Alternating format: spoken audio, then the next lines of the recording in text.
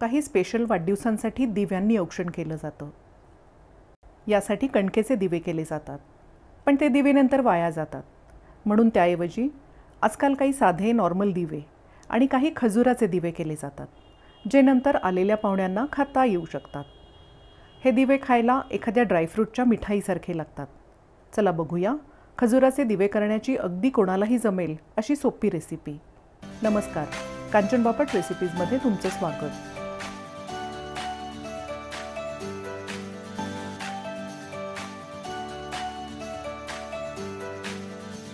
हा साधारण 2-2.5 वाट्या मऊ सीडलेस खजूर आहे.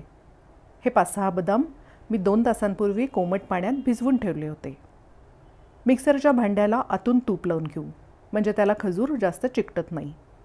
त्यात खजूर घालून बारीक करून घेऊया. दुसऱ्या भांड्यात 1 पाऊण ते 1 वाटी काजू घालून त्याची पावडर करून घेऊ.